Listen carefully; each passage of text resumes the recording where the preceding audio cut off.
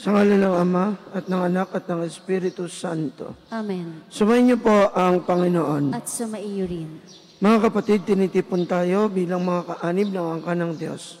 Kaya dumulog tayo sa mawaing Panginoong nagpapatawad ng lubos.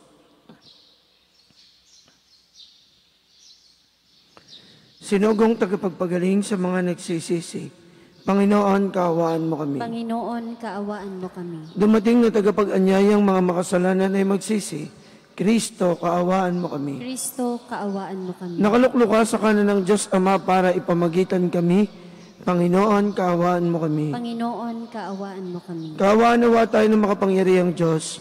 Patawarin nawa tayo sa ating mga kasalanan at patnubayan tayo sa buhay na walang hanggan. Amen. Manalangin tayo. Ama naming makapangyarihan, maisaloob nawa naming palagian ang mga galing sa Espiritu ng kabanalan upang sa salita at gawa ay aming magampanan ang lahat ng iyong mga kinalulugdan sa magitan ni Jesucristo kasama ng Espiritu Santo magpasawalang hanggan. Amen.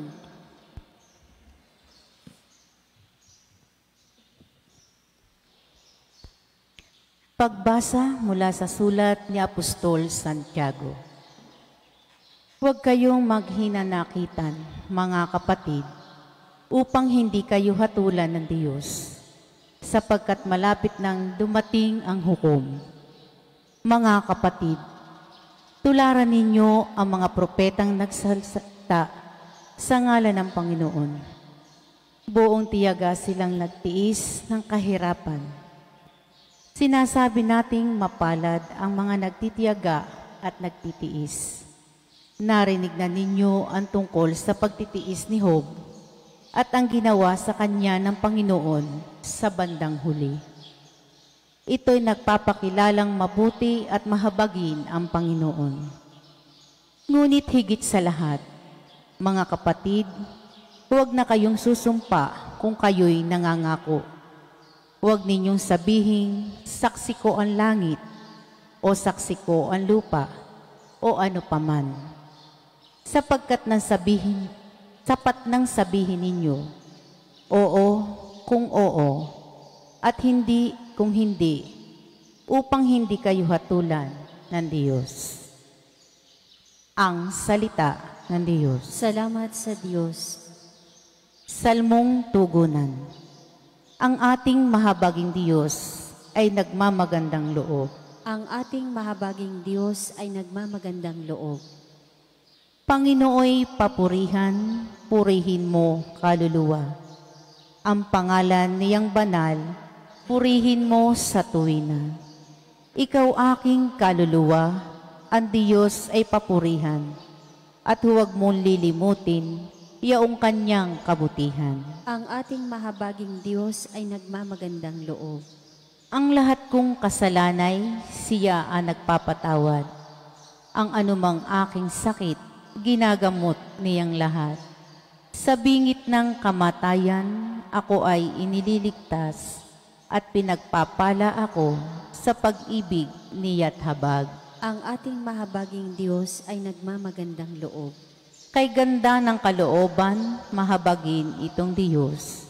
Kung maganlit ay banayad, kung umibig na may lubos. Banayad ngang kung magalit, hindi siya nagtatanim.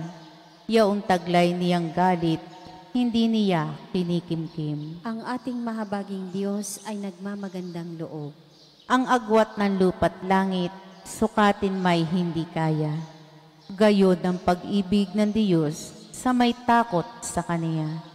Ang silangan at kanluran, kung gaano ang distansya, gayong-gayon ang pagtingin sa sino mang nagkasala. Ang ating mahabaging Diyos ay nagmamagandang loob.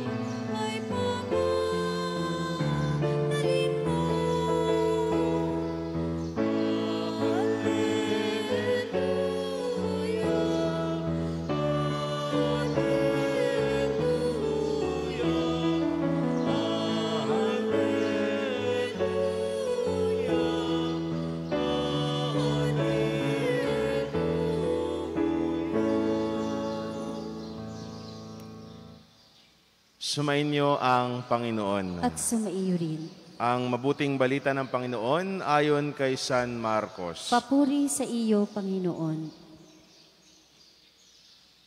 Noong panahong iyon, si Jesus ay nagtungo sa lupain ng Judea at nagtuloy sa ibayo ng ilog ng Jordan. Muli siyang pinagkalipunpunan ng mga tao at tulad ng dati nagturo sa kanila. May mga Pariseyong lumapit kay Jesus. Ibig nilang masilo siya kaya't kanilang tinanong, "Naayon ba sa kautusan na hiwalayan ng lalaki ang kanyang asawa?" Tugon niya, "Ano ang utos sa inyo ni Moises?" Sumagot naman sila, "Ipinahintulot ni Moises na hiwalayan ng lalaki ang kanyang asawa matapos bigyan ng kasulatan sa paghihiwalay." Ngunit sinabi ni Jesus, "Dahil sa katigasan ng inyong ulo, kaya niya inalagda ang utos na ito. Subalit sa pasimula pa, nang likhain ng Diyos ang sanlibutan, nilalang niya silang lalaki at babae. Dahil dito'y iiwanan ng lalaki ang kanyang ama at ina, at magsasama sila ng kanyang asawa at sila'y magiging isa. Kaya't hindi na sila dalawa, kundi isa. Ang pinagsama ng Diyos ay huwag paghiwalayin ng tao." Pagdating sa bahay, ang mga alagad naman ang nagtanong kay Jesus tungkol sa bagay na ito. Sinabi niya sa kanila, "Ang sinumang lalaking humiwalay sa kanyang asawa at mag-asawa ng iba ay gumagawa ng masama sa kanyang asawa. Siya'y nangangalunya. At ang babaeng humiwalay sa kanyang asawa at mag-asawa ng iba ay nangangalunya rin." Ang mabuting balita ng Panginoon. Pinupuri ka namin, Panginoong Hesukristo.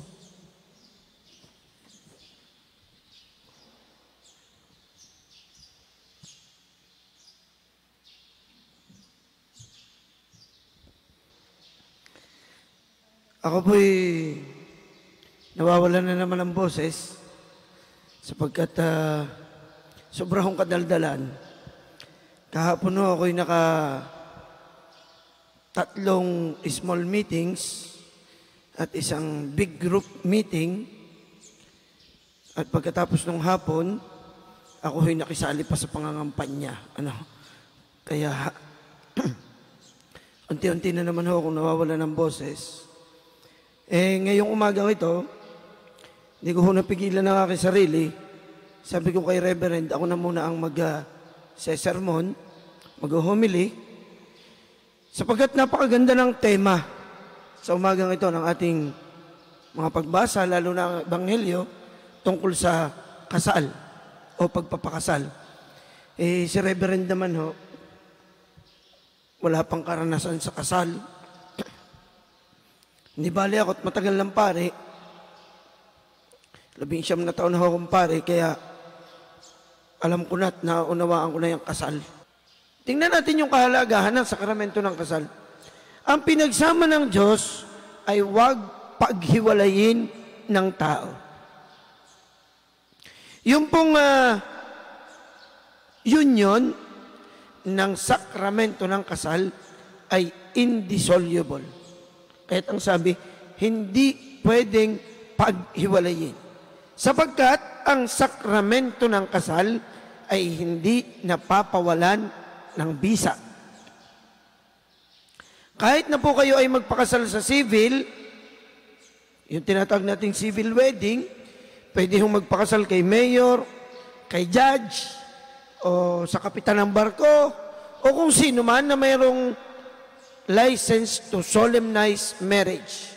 Kami pong mga pari ay kumukuha din ng lisensyang yan sa PSA. Nag-a-apply. At kapag wala kang lisensya, kahit na ikaw ay pari, hindi ka pwedeng magkasal. So yung pong kasal na civil kay mayor o kay judge, yun po ay may legal effect. Ayon po yun sa batas. At ayon sa batas sa Pilipinas, sa konstitusyon po natin, ang kasal, sapagkat yan po'y kontrata, kaya nga po meron kayong yung mga nagpakasal, di ka, may marriage contract. May kontrata. Sapagkat pagkatapos ng kasal, nung rite ng wedding, pumipirma ang mag-asawa. May kontrata. May kasunduan. Kaya, nung kayo nagpakasal, kayo gahi pumirma. May pinirmahan kayo? Ikaw, Ate Mabel, pumirma ka? Nung nagpakasal ka kay Kuya Mael? Okay. Si Kuya Mael, pumirma din. Kasi, di pwedeng isa lang ang pipirma eh. Kailangan dalawa. Pati yung mga witnesses, pati yung paring nagkasal pumipirma, para valid yung kontrata. Sapagkat ang kasal ay contract. Kaya po yan ay may civil effect. At ayon sa konstitusyon natin, hindi po napapawalan ng bisa ang kontrata ng kasal. Kaya sa Pilipinas po, walang divorce. At sa buong mundo, bukod sa State of Vatican, tayo na lamang ang bansa na wala pang divorce. Yan. No? Wala tayong divorce. Kaya yung kontrata ng kasal sa Pilipinas ay hindi napapawala ng bisa. Iba po yung nullity of marriage at iba rin po yung annulment. Ang ginagamit po ngayon, dahil walang divorce, na mga mag-asawang gustong maghiwalay ay annulment. Pero wag na natin pag-usapan yon, sapagkat hindi naman yun ang ating pag-uusapan. Ang pag-usapan natin, yung sakramento ng kasal. Kapag po kayo ay nagpakasal sa simbahan, bagamat ito'y may civil effect, ito'y isang kontrata, ito'y isang kasunduan, ang kasal sa simbahan ay isang sakramento. Isa ito sa ating 7 sakramento. One of the 7 sacraments.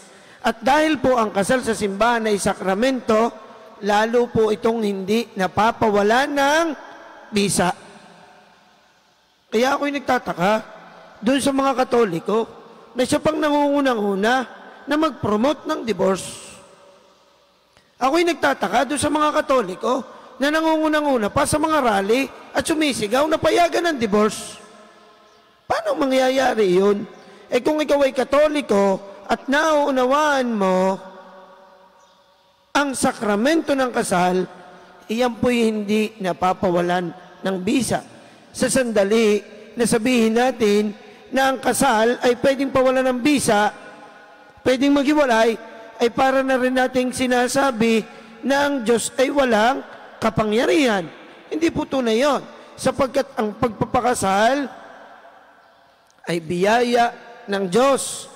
Ang kasal, yung mga mag-asawa at katulad din naming mga pari, tayo ay tumutugon sa tawag at kalooban ng Diyos.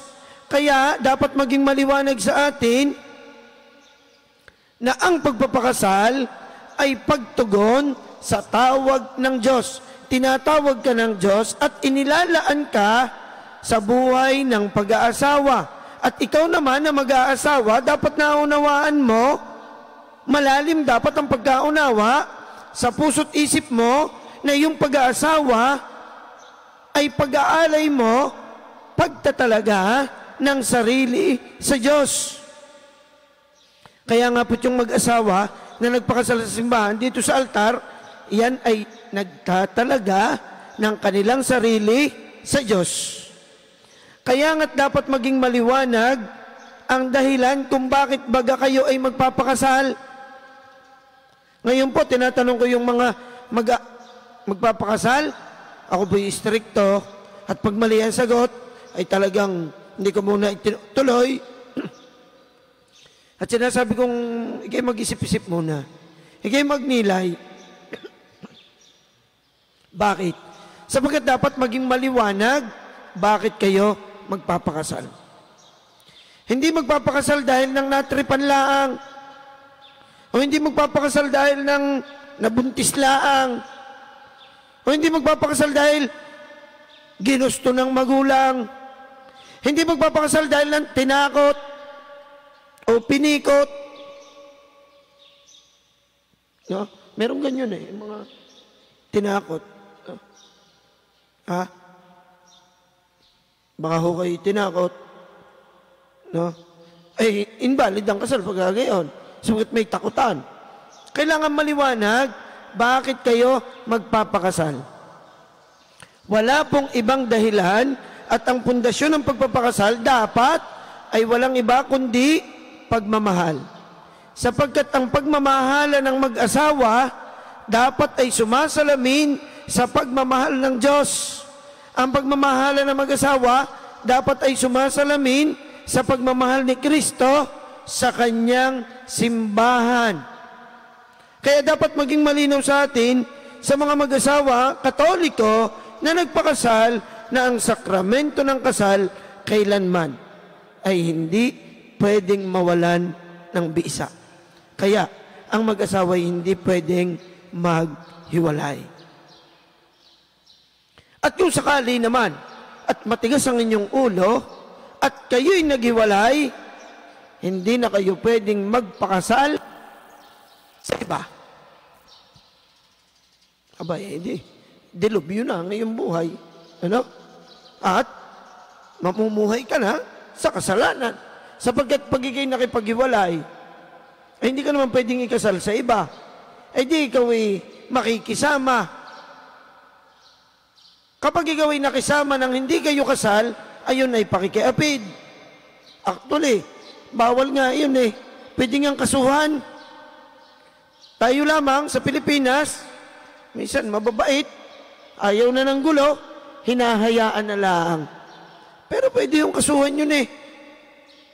Kaya lang tayo, sabi natin, ayaw ko na ng gulo, pinababayaan na. Kaya, madami sa mga naghiwalay, ay di hindi ho maikasal.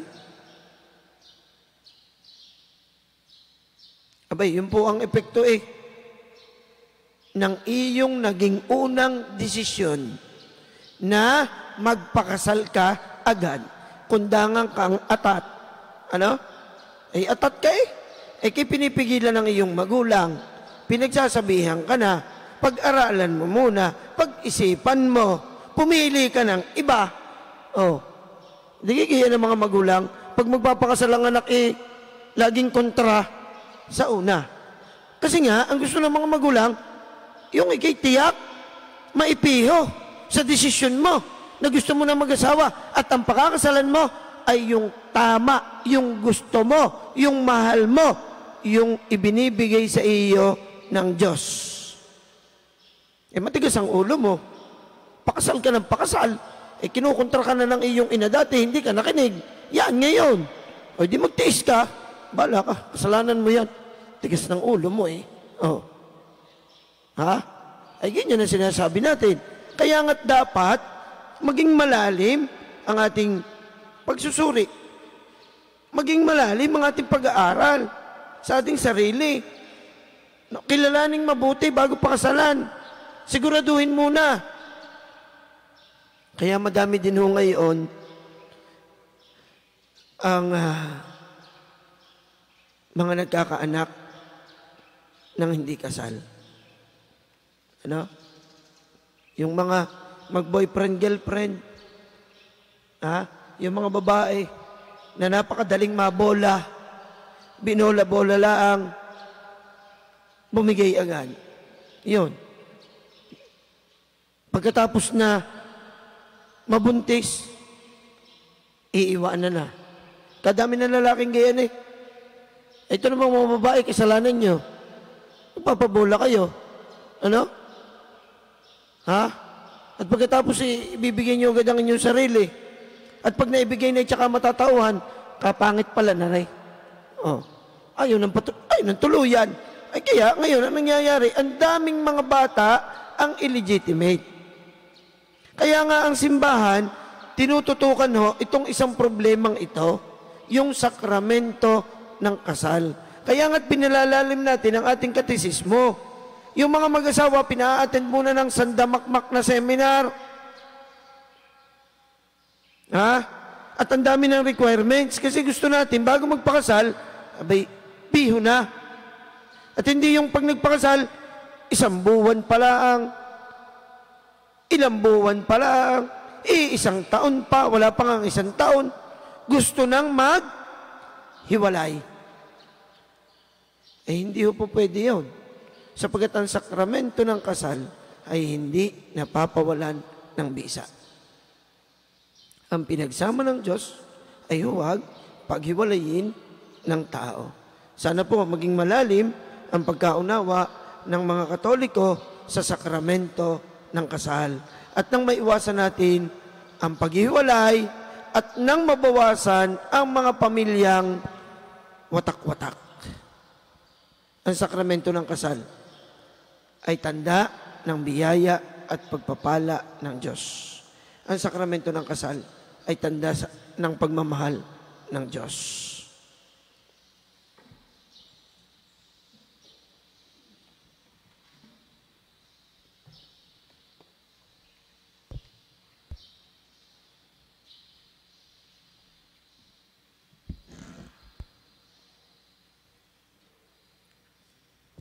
Nakikibahagi sa paglikha ng Diyos ang buong buhay, ang mga asawa at mga may bahay para sa mga pangangailangan ng mga magulang at mga anak ng ang ating kahilingan ngayon. Panginoon, basbasan mo ang aming mga mag-anak. Panginoon, basbasan mo ang aming mga mag-anak.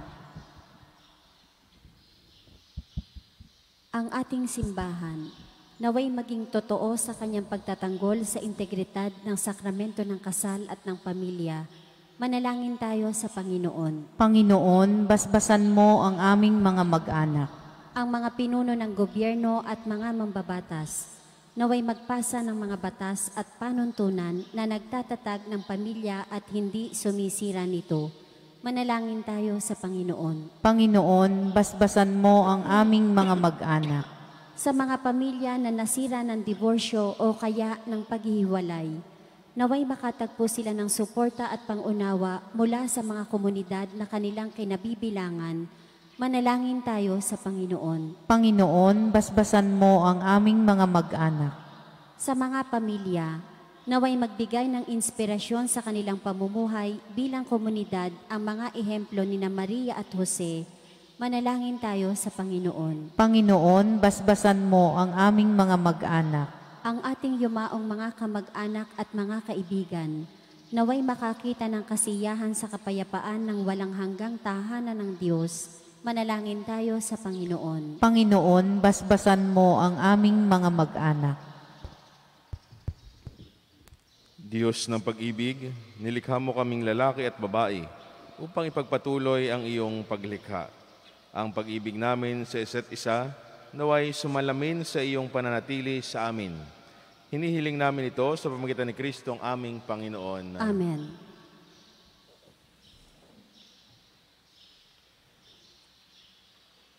Kapuri-puri ka Diyos sa mga lumikha sa sanlibutan, sa inyo pong kagandahang loob, narito ang aming mayalay. Mula sa lupa at buong ng aming paggawa ang tinapay na ito, para maging pagkaing nagbibigay buhay. Kapuri-puri ang poong may kapal, ngayon at kailanman.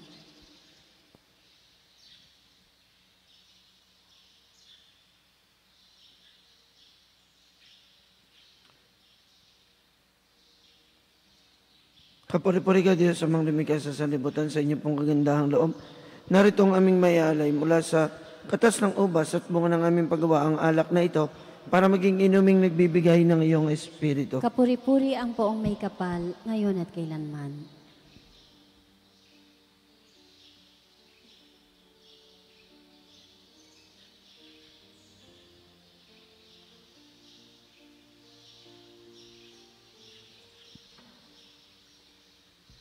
Manalangin po tayo mga kapatid upang ating paghahain ay kalugdan ng Diyos amang makapangyarihan. Tanggapin nawa ng Panginoon itong paghahain sa iyong mga kamay, sa kapurihan niya at karangalan sa ating kapakinabangan at sa buong sambayanan niyang banal. Ama naming lumikha, sa pagganap namin ng banal na pagdiriwang upang ikaw ngayon aming paglingkuran, hinihiling naming naway mapakinabangan ang aming inihain sa iyong karangalan sa magitan ni Jesucristo kasama ng Espiritu Santo, magpasawalang hanggan. Amen. Sumayin niyo po ang Panginoon. At sa maiyo rin. Itaas po natin sa Diyos ang ating mga puso at diwa. Itinaas na namin sa Panginoon. Pasalamatan po natin ang Panginoong ating Diyos. Marapat na siya ay pasalamatan. Ang maraming makapangyarihan, tunay niyang marapat na ikaw ay aming pasalamatan sa magitan ng Jesucristo na aming Panginoon. Utang na loob ang nagbubunsod upang gunitain ang kamatayan niya para kami buhayin. Pagtitiwala ang sani na gayang di malilimot sa pagkabuhay niyang sa Santo Panginoon Diyos ng mga hukbo, napupuno ang langit at lupa ng kadakilaan mo. O sana sa kaitaasan, pinagpala ang naparirito sa ngalan ng Panginoon. O sana sa kaitaasan.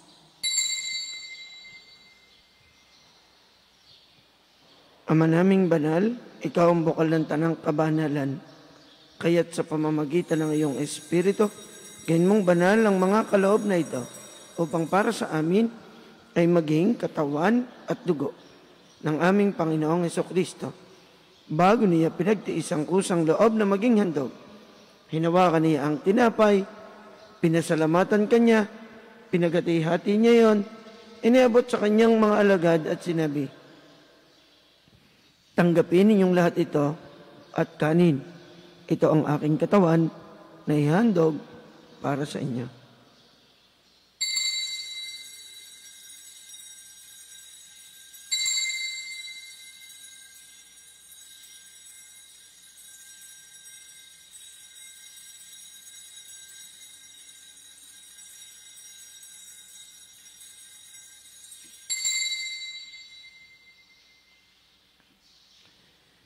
Gayun din naman noong matapos ang hapunan, hinawakan niya ang kalis, muli kanyang pinasalamatan. Iniabot niya ang kalis sa kanyang mga alagad at sinabi, tanggapin ninyong lahat ito at inumin. Ito ang kalis ng aking dugo. Nang bago at walang hanggang tipan, ang aking dugo na ibubuhos para sa inyo at para sa lahat sa ikapagpapatawad ng mga kasalanan. Gawin ninyo ito sa pag-alaala sa akin.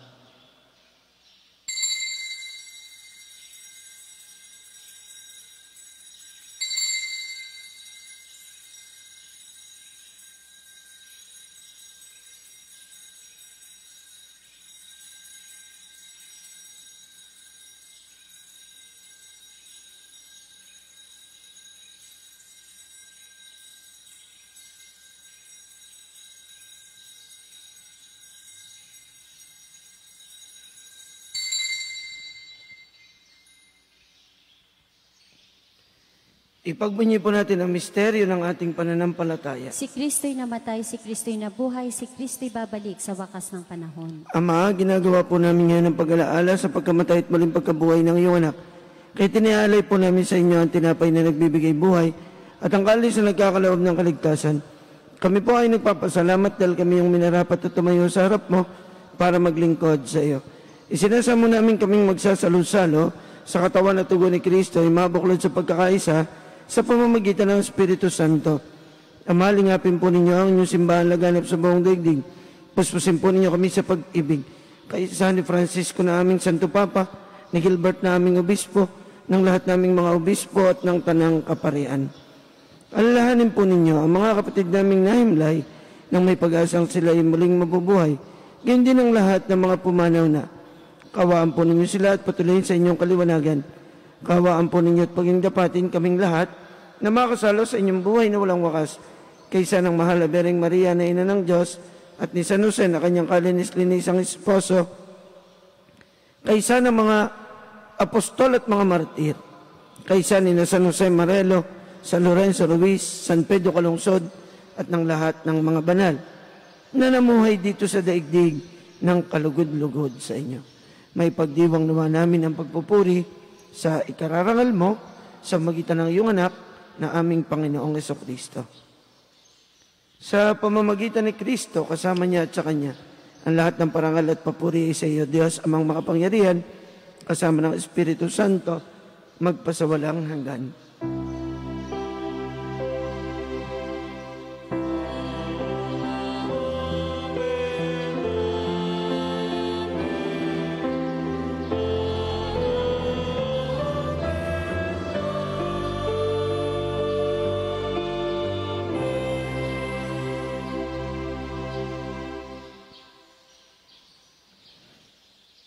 Sa tagubilin ng mga nakagagaling na utos sa turo ni Jesus sa Panginoon natin at Diyos, ipahayag natin ang may lakas loob.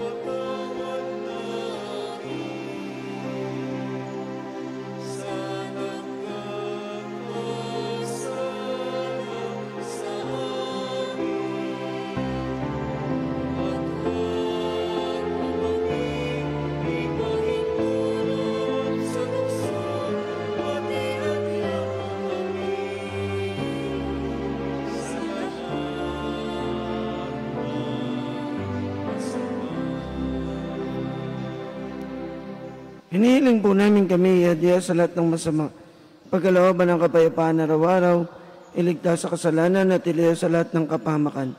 Samantalang ang pinananabigan ng dakilang araw ng pagpapahayag ng tagapagligtas naming si Jesucristo. Sapagkat iyo ang kaharian, ang kapangyarihan at ang kapurihan, magpakailanman. Amen.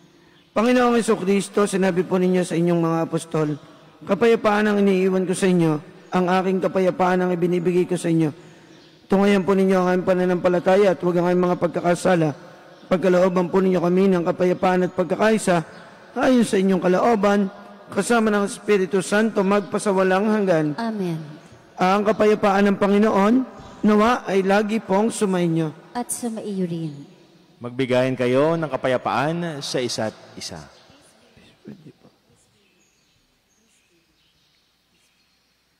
Kordero ng Diyos na nag-aalis ng mga kasalanan ng sanlibutan, maawa ka sa amin. Kordero ng Diyos na nag-aalis ng mga kasalanan ng sanlibutan, maawa ka sa amin. Kordero ng Diyos na nag-aalis ng mga kasalanan ng sanlibutan, ipagkaloob mo sa amin ang kapayapaan.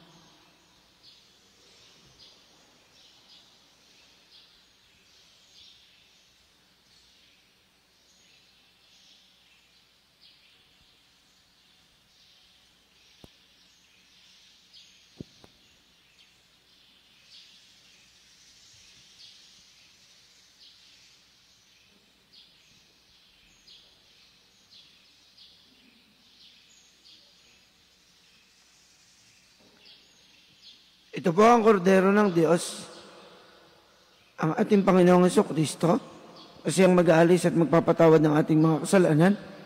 Mapapalad tayong lahat na inaanyayaang magkasalo sa kanyang banal na piging. Panginoon, hindi ako karapat-dapat na magpatuloy sa iyo, ngunit sa isang salita mo lamang ay gagaling na ako.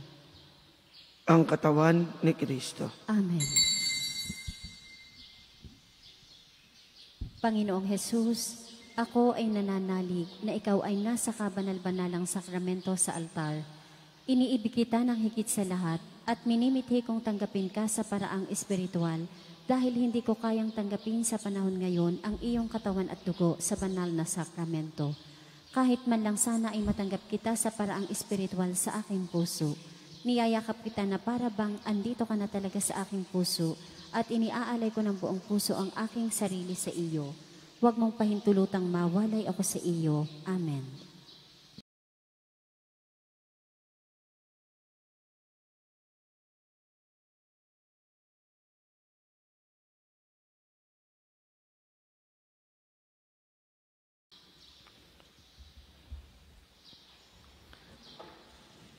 Manalangin tayo. Ama naming mapagmahal, ipagkaloob mong aming mapakinabangan ang dulot na kaligtasan ng aming pinagsaluhan bilang sangla ng iyong tiyak na pagsagip sa tanan.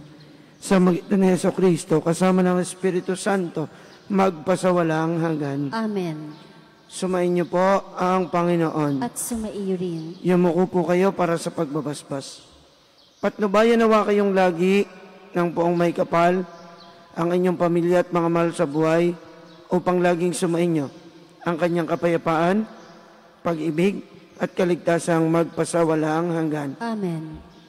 At nawa ay pagpalain po kayong lahat na makapangyarihan at lubang mapagmahal nating Diyos ng Ama at ng Anak at ng Espiritu Santo. Amen. Ang banal na misa ay naialay na mayroong taglayang pag-ibig upang ang Diyos ay mahalin at paglingkuran. Salamat sa Diyos.